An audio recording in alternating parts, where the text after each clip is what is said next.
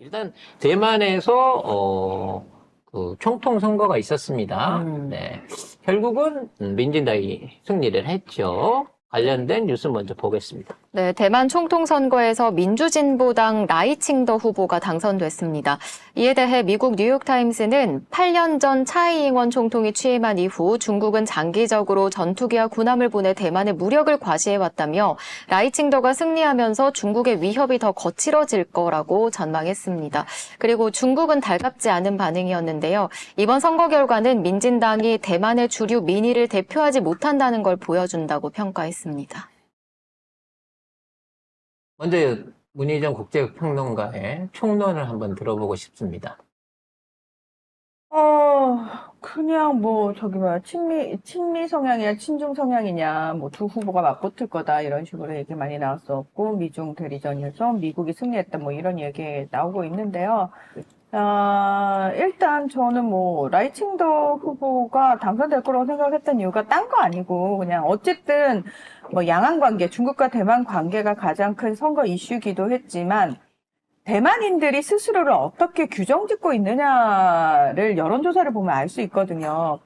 홍콩인들은 본인을 중국인이 아니라 홍콩인이라고 생각한다고 말씀을 드린 적이 있고, 실제로 그랬는데, 대만인들도 똑같아요. 본인들을 중국인이 아니라 그냥 대만의 정체성을 가진 대만인이라고 생각하는 사람들이 대다수고, 중국과의 통일을 원한다는 여론조사 결과는 10%가 채 되지 않습니다. 그래서 60%가 넘는 대만인들은 그냥 중국하고 싸우는 것도 싫고, 그렇다고 통합하는 것도 싫고, 지금 상태를 유지하는 게 가장 좋다라고 생각하는 사람들이 많기 때문에 이 상황에서 그걸 추진해 줄 수 있는 쪽은 민진당이라는 거죠. 왜냐하면 국민당은 이름 자체가 중국 국민당이에요. 장제스가 중국 본토에서 만들어가지고 이제 가지고 온 거여가지고 국민당은 기본 모토가 통일입니다. 물론 국민당이 원래 난징을 수도로 해가지고 잠깐 이제 타이완 섬으로 피난와 있는 거니까 국공내전에서 져가지고 살짝 피난와 있는 거기 때문에 만약 통일을 한다면 자신들이 정권을 잡아야 되는 거라고 생각을 하지만 중요한 건 공산당이 그래 니들이 먼저 합법성이 있으니 정당성이 있으니 니들한테 넘겨주고 우리가 통일하자라고 할 리가 없잖아요. 그래서 그럼요. 그런 거는 국민당 수가 안철수가 아닌 이상은 도저히 불가능하죠. 그래서 국민당이 당선이 되면은 대만의 주권과 자율성을 고스란히 갖다가 중국한테 바칠지도 모른다라는 두려움까지 팽배한 상황이었고, 요 바로 직전에 선거가 13일날 있었는데 11일 날 그 국민당의 이제 큰 어른이라고 할 수 있는 마잉주 전 총통이 독일 언론과의 인터뷰에서 뭐라고 얘기를 했냐면은 시진핑 중국 국가 주석을 믿어야 한다. 그리고 우리는 반드시 통일을 해야 된다라고 얘기를 해버린 거예요. 그러니까 이제 대만 선거판이 난리가 난 거예요. 뭐라고? 국민당 지금은 통일된다. 중국한테 맥힌다. 그렇죠. 그러면서 자 여러분 대만을 선택하시겠습니까? 시진핑을 선택하시겠습니까? 이렇게 돼버린 거예요. 그러니 당연히 대만인들이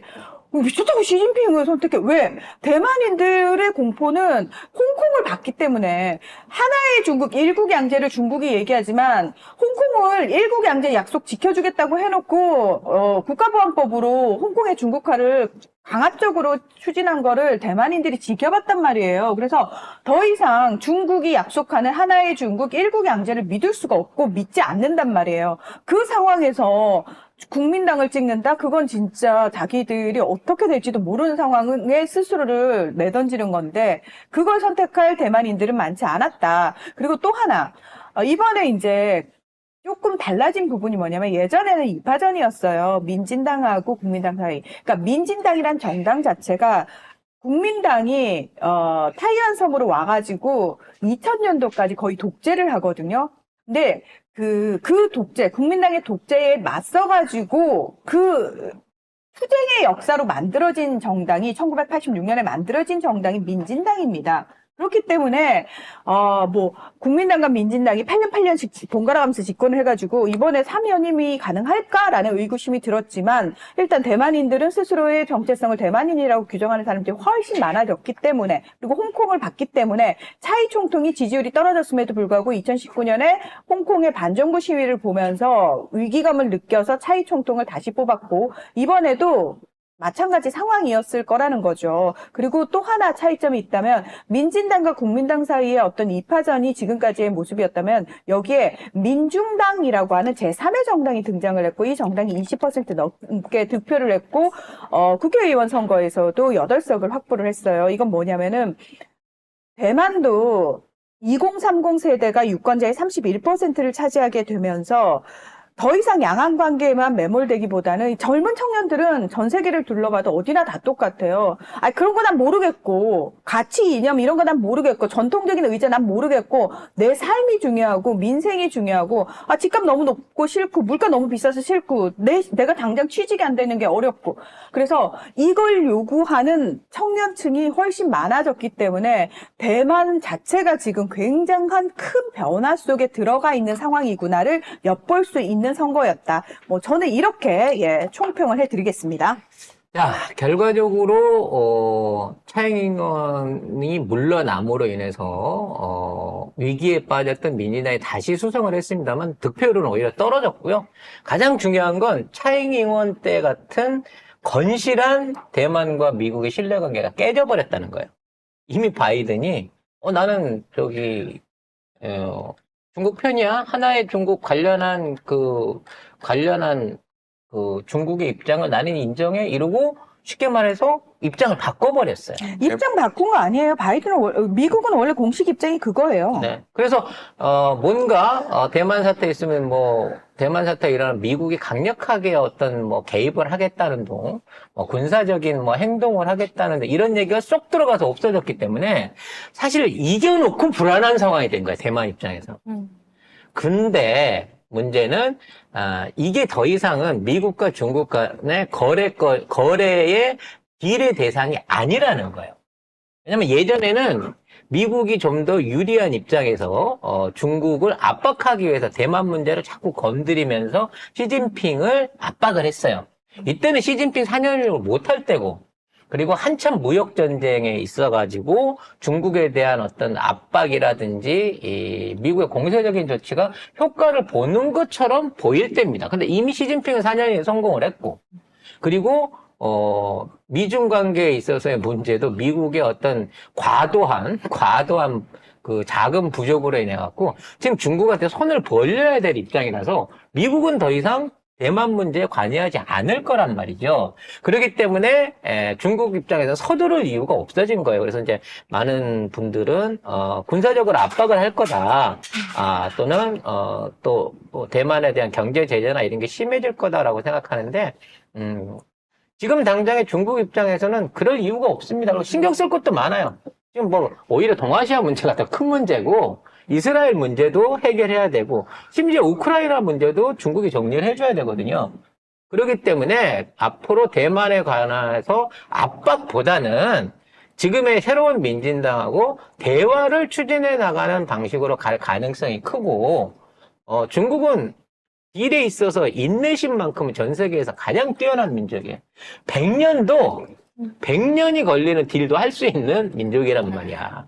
그렇기 때문에 애초에 이번 선거가 아니라 다음 선거 때 진짜 민진당과 민중당을 합쳐가지고 압도적인 친중 정권을 탄생시키기 위해서 그리고 지금 가지고 있는 대만 주민들의 불안함 내지는 이런 것들을 흔들어 보기 위해서 저는 오히려 유화 정책으로 나갈 가능성이 더 높다고 봅니다. 왜? 미국이 방해하지 않기로 했거든요. 어차피 내 거야.